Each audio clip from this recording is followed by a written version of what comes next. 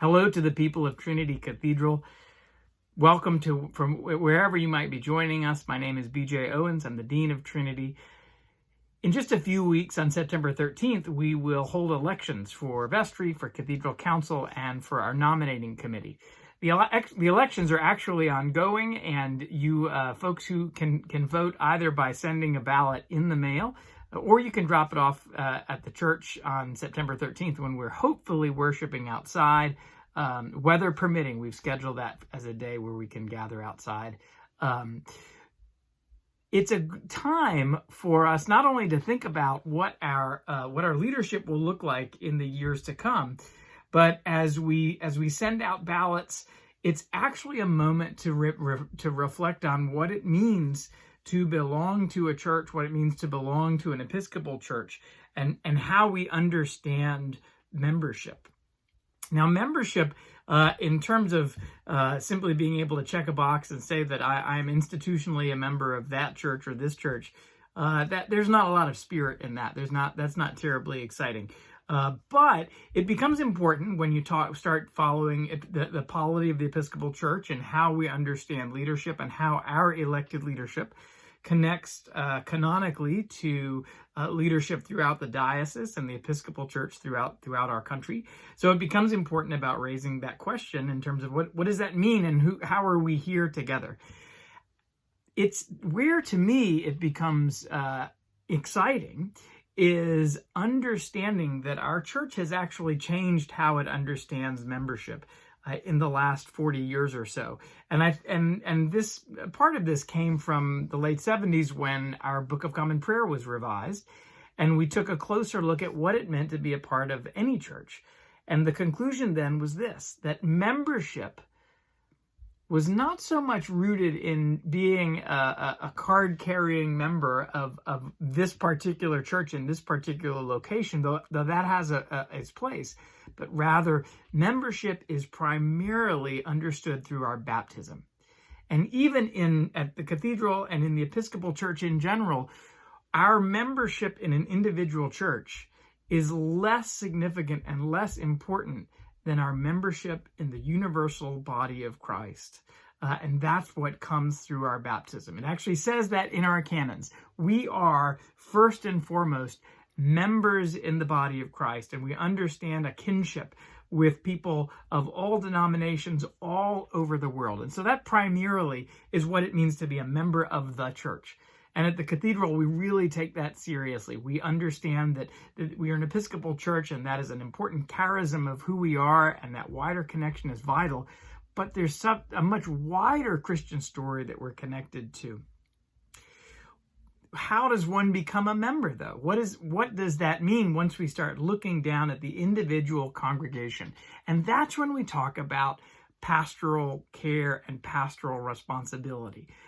Because when we then say, I am a part of this congregation or that congregation, that there's something to me that says something about the pastoral responsibility that I have for every person under my care, but a special kind of responsibility for those who choose to put down roots at Trinity Cathedral or any Episcopal church that a pastor is responsible for. And simply put, how do you become a member of Trinity? Either you're baptized at Trinity, which a few of us were, or you simply say, I would like to be a member, and then you have your baptism. We say the information is transferred to us, and then we record that both digitally. We have a database, but I think it's important to know we also keep a book. And I keep this book at my home because I see this as a part of my responsibility as the pastor of Trinity Cathedral. This is a reminder of what my responsibility to each and every one of you is. You can also become a member when you are confirmed or received in the Episcopal Church at Trinity. But the simple act is if you are coming from any other church or tradition and you've been baptized and you'd like to be a member of Trinity, all you have to do is speak to me or speak to Ginger Bittercover and say, I'd like to be a member. And then we take care of it. If you haven't been baptized, that's a really important conversation to have. And if you'd like to know more, we'd love to have that conversation with you. Now, not everybody, there are a number of reasons why someone might be a part of a church, any church, including Trinity, and not actually then become a baptized member, or even, as we call it, a communicant in good standing, which technically means you've received communion a few times, but what it really means is you're active in the life of the church. Some people can, whether you're able to come to church on a Sunday, or whether that means, people who are homebound, for example, they can't get to church. And I realize this is this is different in COVID. But they can't physically get there, and you're still fully a member of the church. If you're praying for the work of the church, if you're giving, if you're coming if and when you can, then that's also part of being a part of the church.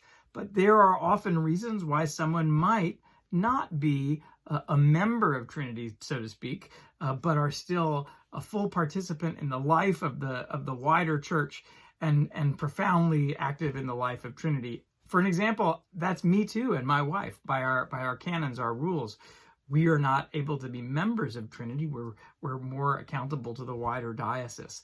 And then some people perhaps want to hold on to roots to previous churches, or there might be reasons why they're not doing so.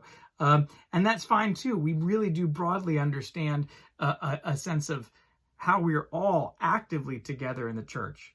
And when you're in a place like Trinity, a cathedral, that means being able to look at both. One, the congregation that we are, which means our pastoral responsibility to one another as members of the body of Christ in this one place.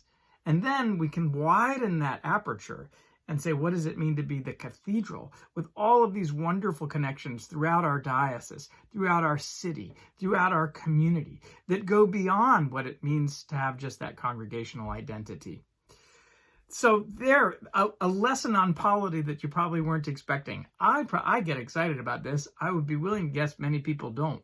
But what I think is important is understanding that baptism, that sacrament of baptism, is what holds us together and what makes us members of the wider family of God, the body of Christ that connects Trinity to any churches you might have come from, to the churches in our city, to churches all around the world.